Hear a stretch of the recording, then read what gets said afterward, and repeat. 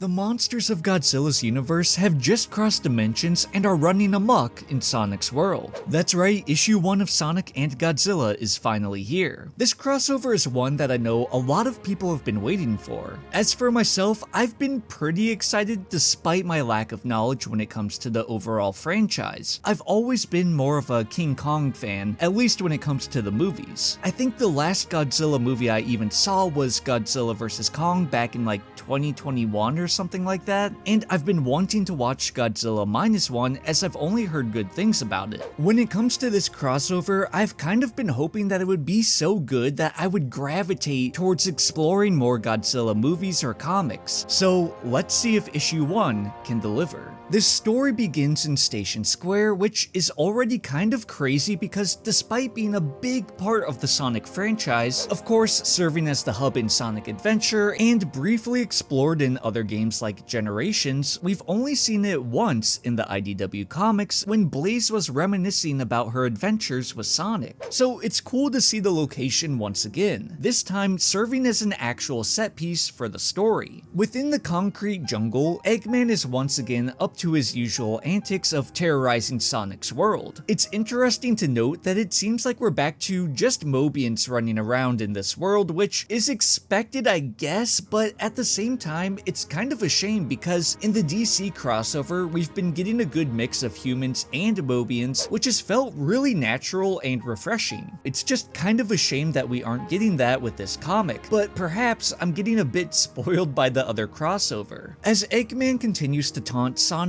and destroy more of the city, he's suddenly interrupted as a strong gust of wind knocks everyone down and shatters the windows of the nearby buildings. Sonic really took a beating, but as he begins to recover, he realizes that Eggman was taken down as well, which sort of baffles him as he believed that it was an attack from Eggman that initially knocked him over. But as a screech rings out from above, Sonic looks up as a massive shadow encompasses him. A rift of sorts has opened, and out from it emerges MechaGodzilla, who seems to have followed Mothra here. The way that this rift or portal or whatever it is emerged and is letting monsters through kind of reminded me of Pacific Rim and how monsters in that movie appeared through like similar tears or something like that. It's been a long time since I've seen that movie. Sonic is really confused and I can't blame him. He's like, what in the world is that? Eggman, however, is just more upset that his Egghawk is taken out of commission, and so he ejects his Eggmobile to find out who is behind this. As he flies into the air, he comes into view of the two towering titans and witnesses their sheer power as they battle each other. Eggman can't help but become joyous as if these two were a gift laid upon his doorstep.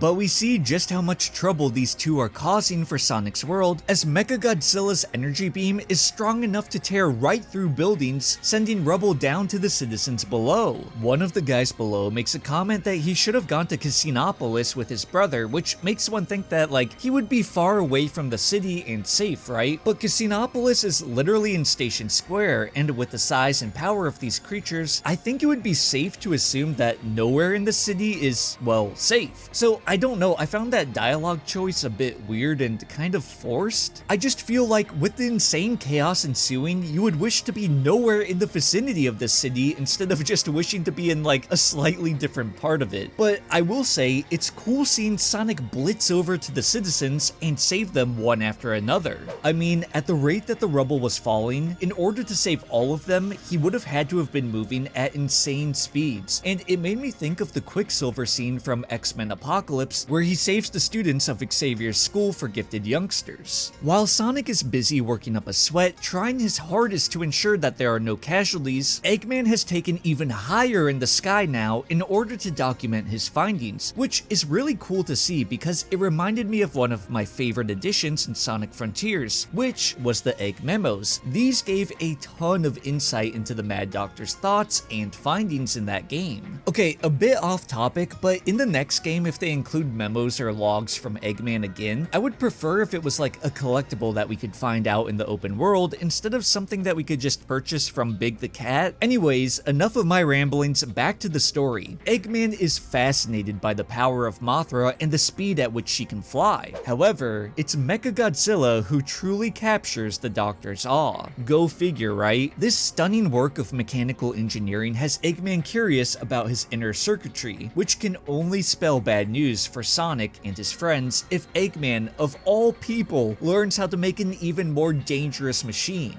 Now, one thing that I began to notice on this page was Eggman's overabundance of alliteration. His vernacular was throwing me off a bit. It didn't quite sound how I'm used to Eggman talking, and when I went back I was like, oh geez, he's actually using like a lot of alliteration, and it's hard to unsee when you notice it. Like, look at this. Mangle my magnificent, distinguished demise, absolutely astounding, mechanical marvel, marvelously menacing machine, beautiful beast. It's quite frankly a lot of alliteration for just one comic, and I don't like to nitpick, but Eggman's dialogue just felt a bit off to me, and in part it's because of that, but there's also some other stuff that I'll mention later. Now that Eggman has gotten a pretty good look at MechaGodzilla, his mind begins to race with dark ideas of projects that he could bring to completion. Projects like Chrome Dome or Operation Dark Future. It makes me wonder just what these plans of Eggman's are. Chrome Dome sounds like it could be some sort of advanced version of the Death Egg robot, but what exactly could Operation Dark Future be? Perhaps messing with time somehow, or maybe using the Death Egg to block out the sun. Who knows for sure, but it has me very intrigued to say the least. Let me know what you guys think these plans could entail in the comments. As MechaGodzilla continues his fearsome rampage through the city, Amy and Tails intercept the mechanical beast. Although it seems like even Amy's Pico Pico hammer is having little to no effect, proving just how resilient MechaGodzilla must be, because Amy has taken down some powerful badniks before, making them look like tin cans despite their imposing size. Amy blames Eggman for this mess, unsurprised that he's the one behind this, as like 90% of the time if there's a problem in Sonic's world, Eggman is definitely the root of the issue.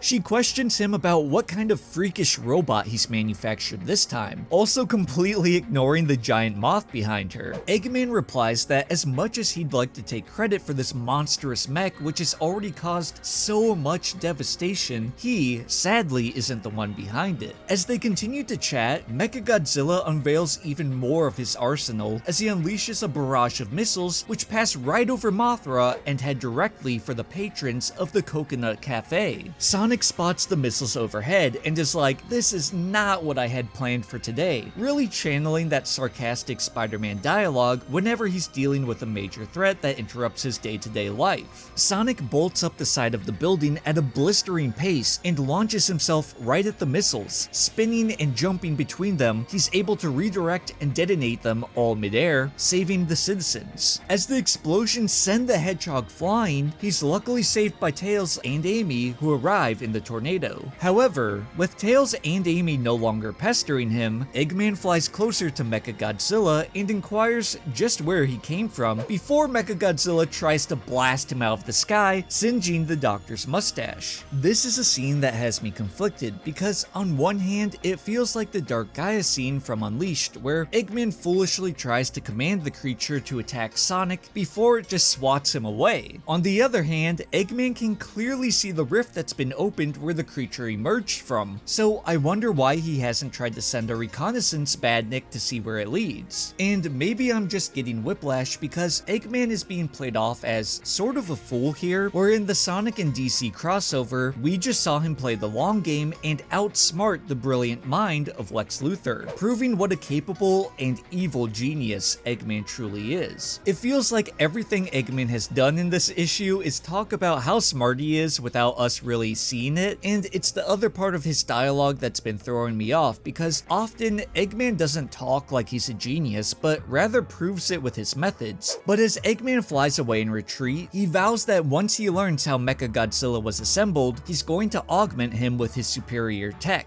and then nothing will be able to stand in his way, which honestly is a horrifying thought given how much damage MechaGodzilla has already proven to be capable of. Meanwhile, Sonic and his friends spot the gargantuan beasts and realize that they need to come up with a way to get them back into whatever that rift is. Amy then tells the others that she has this weird feeling that the winged monster is only trying to escape from the mechanical one. While Amy speculates, Sonic hops onto MechaGodzilla, trying to find a way to shut him down. down. Tails wonders if Amy can possibly sense what Mothra's feeling since her guess was so out there. It is an odd guess to be fair, but if anyone in Sonic's world would have a good gut feeling about this, it would be Amy. The two behemoths collide, and it's clear that this fighting between them isn't going to end anytime soon without some sort of intervention from the heroes. Sonic asks Amy if there's any possible way for her to get Mothra to calm down, and she says that it's worth a shot. She calls out to Mothra, begging her to stop this fight, but as she does, Mothra begins to flap her wings and generate some sort of energy. Eggman truly looks worried seeing this energy being generated and begins to bolt out of there, which seems to be the smart thing to do, as Mothra unleashes a devastating attack on MechaGodzilla, one that the heroes just barely avoid. However, it seems that the attack was able to disrupt anything electrical within its range, which also includes the tornado's engine.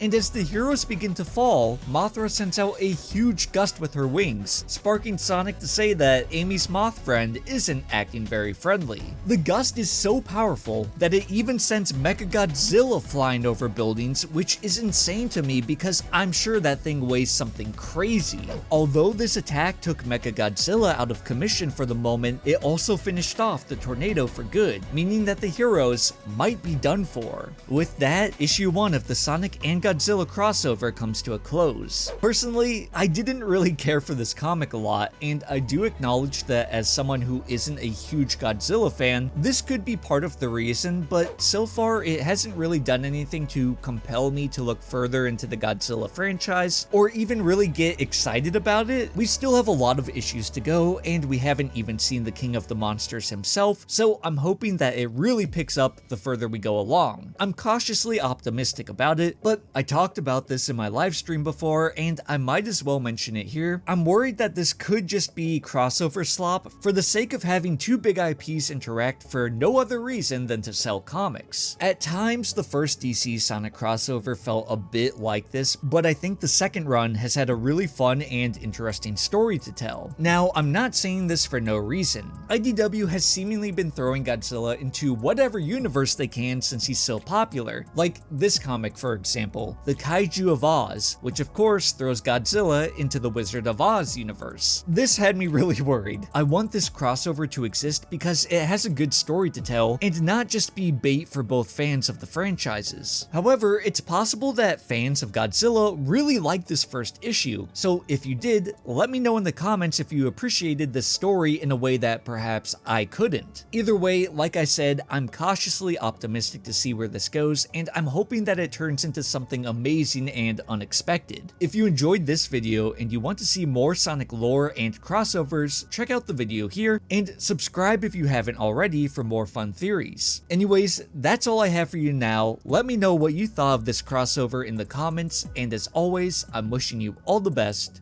Take care, peace.